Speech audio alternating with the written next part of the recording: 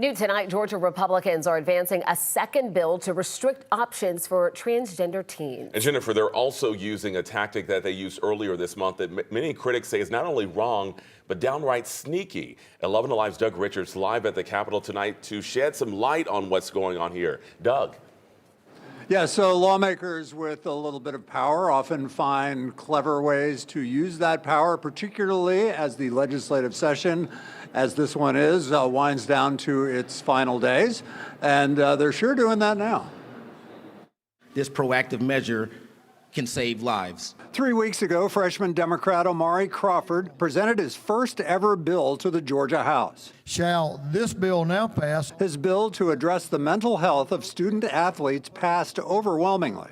The yeas are 159, the nays 4. With members of both parties applauding Crawford's legislative debut. The measure crossed over from the House to the Senate, where it ran into a legislative buzzsaw. Language that I knew nothing about, language that I do not support, language that has nothing to do with the mental health legislation that we passed in the House. The new language restricted transgender students playing sports and using locker rooms and restrooms.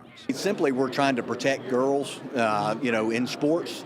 It's simply what this bill does, and also in changing rooms or restrooms. Senator Clint Dixon changed the bill in a committee hearing late Tuesday. Activists showed up at the Capitol a day later to protest. We're just trying to protect. Not if they're on hormone blockers, not if they're going through transition, then they won't have that genetic. I think we're going to. I know. I just want you to know that this is really an important topic. Too late to try to stop it. You would think that politicians, adults in general, would be out to protect all children of Georgia. I don't know why that's even legally allowed in our system. Republicans make no apologies for how they use the power that they have. Democrats were in power 20 years ago.